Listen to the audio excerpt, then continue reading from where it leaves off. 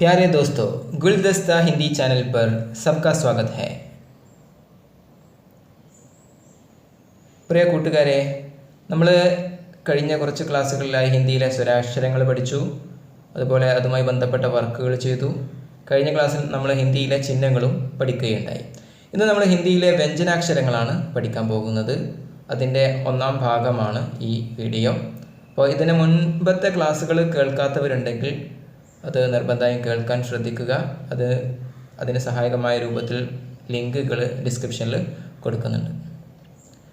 ഹിന്ദിയിലെ വ്യഞ്ജനാക്ഷരങ്ങൾ സാധാരണ ക്രമത്തിലാണ് പഠിപ്പിക്കാറുള്ളത്.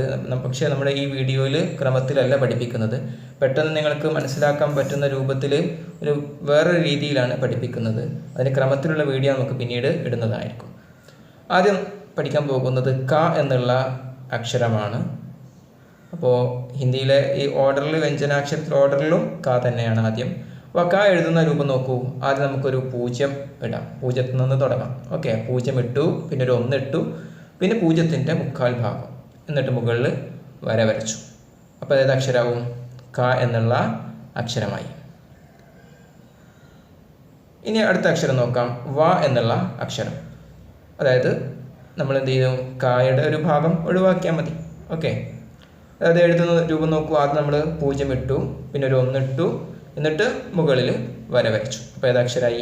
വ എന്നുള്ള അക്ഷരമായി. അതായത് ക നമ്മൾ പഠിച്ചിട്ടുണ്ടല്ലോ, കായുടെ ലാസ്റ്റ് ഭാഗം എന്ത് ചെയ്യുക? ഒഴിവാക്കുക. അപ്പോൾ ഏത് അക്ഷരം കിട്ടി? വ എന്നുള്ള അക്ഷരമായി. പിന്നെ ബ എന്നുള്ള അക്ഷരം. ബ എന്നുള്ളതാണ് ഇത് വായിക്കുക. അപ്പോൾ മലയാളം കൂടി ഇതിനെ കൂട്ടത്തിൽ കൊടുക്കുന്നുണ്ട്. അപ്പോൾ ബ എഴുതുന്ന രൂപം നോക്കൂ. നമ്മൾ വ പഠിച്ച സ്ഥിതിക്ക് നമുക്ക് ബ വളരെ എളുപ്പമാണ്. 0 ഇട്ടു, 1 ഇട്ടു, പിന്നെ എന്ത് ചെയ്തു? വായും ബായും തമ്മിൽ ചെരിച്ച് വര വരച്ചാൽ മതി. അപ്പോൾ എന്തായി? ബ എന്നായി. ഇനി നമ്മൾ ഇന്ന് പഠിച്ച ഈ 3 അക്ഷരങ്ങളാണ് ഇന്ന് നമ്മൾ വ്യഞ്ജനാക്ഷരങ്ങളിൽ പഠിക്കുന്നത്. ക, വ, ബ. ഓക്കെ, വളരെ എളുപ്പമല്ലേ? അപ്പോൾ കായിൽ നിന്ന് വ ഉണ്ടാക്കി, വായിൽ നിന്ന് നമ്മൾ എന്ത് ചെയ്തു? ബായും ഉണ്ടാക്കി. ഇനി സംയുക്ത വ്യഞ്ജൻ, ദ്വിത്വവ്യഞ്ജൻ ഓർ സംയുക്താക്ഷരം. ഇത് ഹിന്ദിയിലെ വേറൊരു പാർട്ടാണ്. ഇതുകൂടി നമ്മൾ കൂട്ടത്തിലൊന്ന് മനസ്സിലാക്കാം. നമുക്ക് പഠിക്കാൻ വളരെ സൗകര്യമായിരിക്കും. അപ്പോൾ അച്ഛ, അധ്യാപക്, ത്യാഗ്, ക്യാ, പ്യാർ, അവസ്ഥ, ഈ വേർഡുകളിലൊക്കെ അക്ഷരങ്ങൾ കൂടി വന്നത് കണ്ടോ നിങ്ങൾ? ഛ, അച്ഛൻ എന്നൊക്കെയുള്ള ഛ കണ്ടില്ലേ? 2 വ്യത്യസ്ത അക്ഷരങ്ങൾ. ഒന്ന് അക്ഷരത്തിൻ്റെ പകുതി, മറ്റൊരു പൂർണ്ണാക്ഷരവും.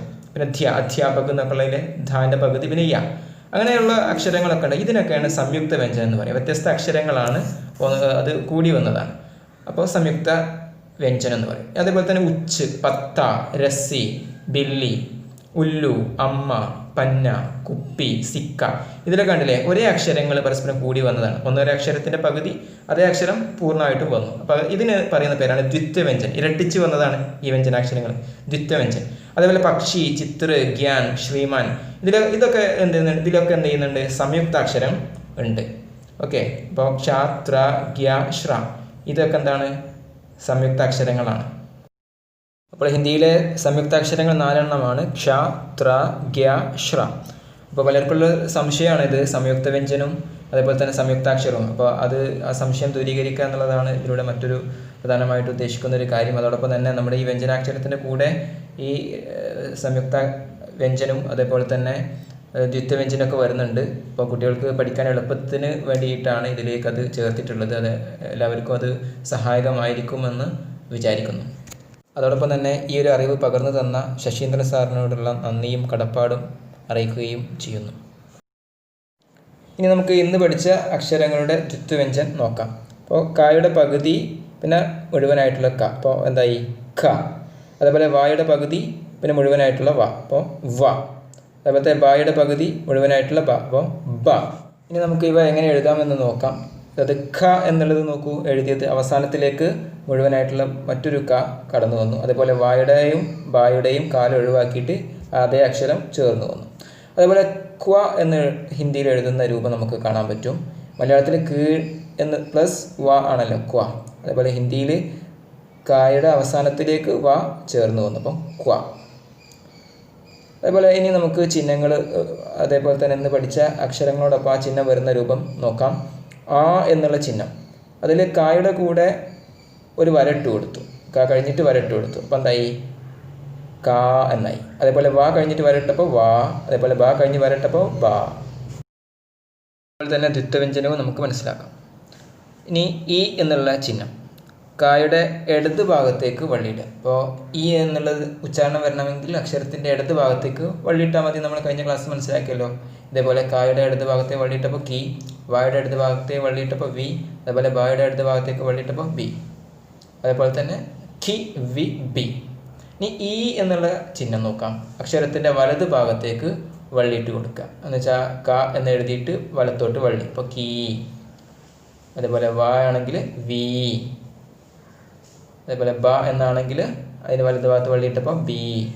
അതേപോലെ ഖി, വി, ബി എന്നുള്ള രൂപത്തിൽ ദ്വിത്വവ്യഞ്ജനവും നമുക്ക് ചിഹ്നങ്ങൾ ചേർത്ത് എഴുതാം. അതേപോലെ ഉ എന്നുള്ള ചിഹ്നം, അതായത് അക്ഷരത്തിൻ്റെ അടിയിൽ ഇടത് ഭാഗത്തേക്ക് ഒരു ചെറിയ കെട്ട് പോലെ അല്ലേ, ഉ എന്നുള്ളത്. അപ്പം ക എന്ന് എഴുതിയിട്ട് അടിയിൽ ഊ ചിഹ്നം ഇടുമ്പോൾ കു. അതേപോലെ വായാണെങ്കിൽ വു, ബായാണെങ്കിൽ ബു. അതേപോലെ ഖു, വു, ബു. ഇനി ഊ എന്നുള്ള ചിഹ്നം, അതായത് ചെറിയൊരു കെട്ടോടുകൂടി വലത് ഭാഗത്തേക്ക് താഴോട്ടായിട്ട് ചിഹ്നം ഇടുക. അപ്പം കായാണെങ്കിൽ കൂ, വായുടെ അടിയിലാണെങ്കിൽ വു, ബായുടെ അടിയിലാണെങ്കിൽ ബു. അതേപോലെ തന്നെ ഇനി ദ്വിത്വവ്യഞ്ജനാകുമ്പോൾ ഖു, വു, ബു. ഇങ്ങനെ എല്ലാവരും എന്ത് ചെയ്യുക, ശരിക്ക് എഴുതി പഠിക്കുക. അതേപോലെ തന്നെ റി എന്നുള്ള ചിഹ്നം, റി. അപ്പോൾ കായുടെ അടിയിൽ റി ചിഹ്നം ഇടുമ്പം കൃ, വായുടെ അടിയിലാണെങ്കിൽ റി ചിഹ്നം വരുമ്പം വൃ, ബായുടെ അടിയിലാണെങ്കിൽ ബൃ. അതേപോലെ ദ്വിത്വവ്യഞ്ജനത്തിൻ്റെ കൂടെ ആകുമ്പോൾ കൃ, വൃ, ബൃ എന്നുള്ള രൂപത്തിലായിരിക്കും വരിക. ഇനി എ എന്നുള്ള ചിഹ്നം, അതായത് അക്ഷരത്തിൻ്റെ മുകളിൽ ഇടത് ഭാഗത്തേക്ക് ചെരിച്ച് വരയ്ക്കുക അല്ലേ. അപ്പോൾ കായാണെങ്കിൽ കായുടെ മുകളിൽ ഇടത് ഭാഗത്തേക്ക് ചെരിച്ച് വരയ്ക്കുമ്പോൾ കെ. അത് എ എന്നുള്ള ഉച്ചാരണം കൊണ്ട് നമ്മൾ മനസ്സിലാക്കിയിട്ടുണ്ട്, പക്ഷെ ഒരു ചിഹ്നമേ ഉള്ളൂ എന്ന് മാത്രം. കെ അല്ലെങ്കിൽ കെ, വെ, വേ, ബെ, ബേ. അതേപോലെ ഖെ, വേ, ബേ. അതേപോലെ ഐ എന്നുള്ള ചിഹ്നം, അതായത് അക്ഷരത്തിൻ്റെ മുകളിൽ ഇടത് ഭാഗത്തേക്ക് 2 വര ചെരിച്ചിട്ട് അല്ലേ. അപ്പോൾ കായുടെ മുകളിലാണെങ്കിൽ കൈ, വായുടെ മുകളിലാണെങ്കിൽ വൈ, ബായുടെ മുകളിലാണെങ്കിൽ ബൈ. അങ്ങനെ അതേപോലെ ദ്വിത്വവ്യഞ്ജനാകുമ്പോൾ ഖൈ, വൈ, ബൈ. ഇനി ഒ എന്നുള്ള ചിഹ്നം, അതായത് അക്ഷരം കഴിഞ്ഞിട്ട് ഒരു വര ഇടുക, എന്നിട്ട് ആ വരൻ്റെ മുകളിൽ ഇടത് ഭാഗത്തേക്ക് ചെരിച്ചിട്ട് വരയ്ക്കുക. മറ്റേ എ ആകുമ്പോൾ അക്ഷരത്തിൻ്റെ മുകളിലായിരുന്നു, പക്ഷേ ഒ ആകുമ്പോൾ എന്ത് ചെയ്യണം, അക്ഷരം കഴിഞ്ഞിട്ട് വര ഇടണം, എന്നിട്ട് വരൻ്റെ മുകളിൽ ഇടത് ഭാഗത്തേക്ക് ചെരിച്ച് വരക്കണം. അപ്പോഴേ ഒ ആവുള്ളൂ. അപ്പോൾ കായാണെങ്കിൽ കോ, വായാണെങ്കിൽ വോ, ബ ആണെങ്കിൽ ബോ. അതേപോലെ ഓ എന്നുള്ള ഉച്ചാരണം ഉണ്ട് നമ്മൾ മനസ്സിലാക്കി. അപ്പോൾ അതേപോലെ ഇനി ദ്വിത്വവ്യഞ്ജനത്തിൻ്റെ കൂടെ ആണെങ്കിൽ ഖോ, വോ, ബോ. ഇനി ഔ എന്നുള്ള ചിഹ്നം, അതായത് അക്ഷരം കഴിഞ്ഞിട്ട് വര ഇട്ടിട്ട് ആ വരയുടെ മുകളിൽ ഇടത് ഭാഗത്തേക്ക് ചെരിച്ചിട്ട് 2 വര. ഐ ആണെങ്കിലോ അക്ഷരത്തിൻ്റെ മുകളിലായിരുന്നു, പക്ഷെ ഇത് ഔ ആവുമ്പോൾ അക്ഷരം കഴിഞ്ഞിട്ട് വര ഇട്ടിട്ട് വേണം 2 വര മുകളിൽ ഇടാൻ, ആ വരേൻ്റെ മുകളിൽ. ഓക്കെ. അപ്പോൾ കൗ, വൗ, ബൗ. അതേപോലെ ദ്വിത്വവ്യഞ്ജനാകുമ്പം ഖൗ, വൗ, ബൗ. ഇനി അടുത്ത എന്നുള്ള ചിഹ്നം, അതായത് അക്ഷരത്തിൻ്റെ മുകളിൽ ഒരു കുത്തിട്ട് കൊടുക്കുക. അപ്പോൾ കായുടെ മുകളിലാണെങ്കിൽ കുത്തിടുമ്പോൾ കം, വായുടെ മുകളിലാകുമ്പോൾ വം, ബായുടെ മുകളിലാകുമ്പോൾ ബം. ഇനി ദ്വിത്വവ്യഞ്ജനാകുകയാണെങ്കിലോ ഖം, വം, ബം. ഓക്കെ. ഇനി അഹ എന്നുള്ളൊരു ഉച്ചാരണം വേണം, ഹ എന്നുള്ള ഉച്ചാരണം വരുന്നതിന്. അപ്പോൾ അക്ഷരം കഴിഞ്ഞിട്ട് വലത് ഭാഗത്ത് 2 കുത്തിടുക അല്ലേ. അപ്പോൾ കാ കഴിഞ്ഞിട്ടാണെങ്കിലോ കഹ, വ കഴിഞ്ഞിട്ടാണെങ്കിൽ വഹ, ബ കഴിഞ്ഞിട്ടെങ്കിൽ ബഹ. അപ്പോൾ ദ്വിത്വവ്യഞ്ജനത്തിൻ്റെ കൂടെ ആകുമ്പോൾ ഖഹ, വഹ, ബഹ എന്നുള്ള രൂപത്തിലായിരിക്കും. ഇനി നമുക്ക് ഇർക്ക എന്നുള്ള എങ്ങനെ എഴുതാൻ നമുക്ക് നോക്കാം. അപ്പോൾ മുകളിൽ ചെറിയൊരു കൊക്കിടുക അല്ലേ, ഈ എന്നൊക്കെ എഴുതിയപ്പോൾ നമ്മൾ ചെറിയ കൊക്കിട്ടില്ല, അതേപോലെ. അപ്പോൾ ആദ്യം നമ്മൾ ഉച്ചാരണം എന്ന് ഉച്ചരിക്കുക, പിന്നെ ഏതാണോ അക്ഷരം ആ അക്ഷരവും ഉച്ചരിക്കുക, ഇർക്ക. അപ്പോൾ അതിൻ്റെ കൂടെ ചിഹ്നം വരുമ്പം ഇർക്ക, ഇർക്കി, ഇർക്കി, ഇർക്കു, ഇർക്കൂ, ഇർക്കൃ, ഇർക്കെ അല്ലെങ്കിൽ ഇർക്കേ, ഇർക്കൈ, ഇർക്കോ അല്ലെങ്കിൽ ഇർക്കോ, ഇർക്കൗ, ഇർക്കം, ഇർക്കഹ, പിന്നെ ഇർക്ര. ഇതിൽ ചിലതൊന്നും നമുക്ക് അധികം ആവശ്യം വരാറില്ല, എന്നിരുന്നാലും ജസ്റ്റ് നമ്മൾ ചിഹ്നങ്ങൾ ചേർത്തൊന്ന് മനസ്സിലാക്കാൻ വേണ്ടിയിട്ടാണ് എഴുതിയത്. ഇനി അതേപോലെ ഇറുവ എങ്ങനെ എഴുതാൻ നോക്കാം. അപ്പം വായുടെ മുകളിൽ ഇറുചിഹ്നം ഇട്ട് കൊടുക്കുക, ചെറിയൊരു കൊക്ക വലത് ഭാഗത്തേക്ക് ആയിരിക്കണം അതിൻ്റെ വായ് ഭാഗം. അതുമ്പോൾ ഇറുവ, ഇറുവി, ഇറുവി, ഇറുവു, ഇറുവു, ഇറുവൃ, ഋവേ ഋവൈ ഋവോ ഋവൗ ഋവം ഋവ. ഇനി ഇർബ എന്നാണെങ്കിലോ അതിൻ്റെ കൂടെ ചിഹ്നങ്ങൾ വരുമ്പം ഇർബ, ഇർബി, ഇർബി, ഇർബു, ഇർബു, ഇർബർ, ഇർബേ, ഇർബൈ, ഇർബോ, ഇർബൗ, ഇർബം, ഇർബഹ.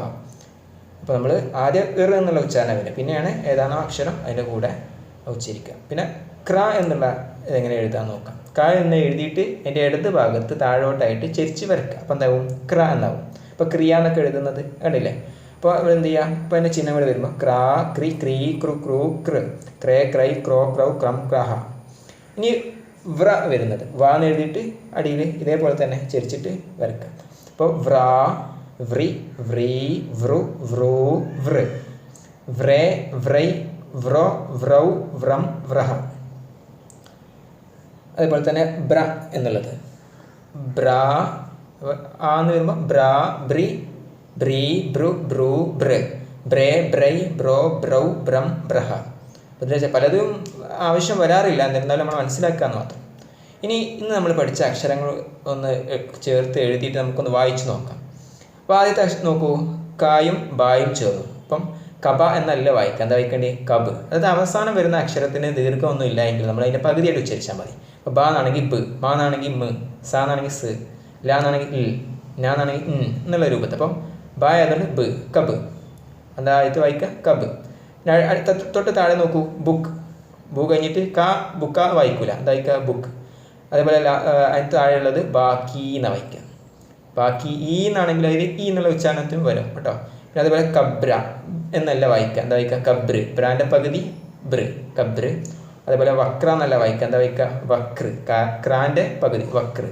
അതേപോലെ വർക്ക്. വർക്കാന്ന് എന്നുള്ളത് വായിക്കില്ല, വർക്കാന്ന് വായിക്കില്ല, എന്താ വായിക്കുക? അതിൻ്റെ പകുതി എടുക്കും, കാൻ്റെ പകുതി ക്ക്, വർക്ക്. അപ്പോൾ എല്ലാവർക്കും ഇന്നത്തെ ക്ലാസ് ഇഷ്ടപ്പെട്ടിട്ടുണ്ടാവും എന്ന് വിചാരിക്കുന്നു. ഇഷ്ടപ്പെട്ടിട്ടുണ്ടെങ്കിൽ ലൈക്ക് ചെയ്യുക, അതേപോലെ തന്നെ ഷെയർ ചെയ്യുക, അതേപോലെ തന്നെ ചാനൽ സബ്സ്ക്രൈബ് ചെയ്യാനും മറക്കരുത്. ഇതിൻ്റെ ബാക്കി ഭാഗം നമുക്ക് അടുത്ത ക്ലാസ്സുകളിലായി പഠിക്കാം. ധന്യവാദം.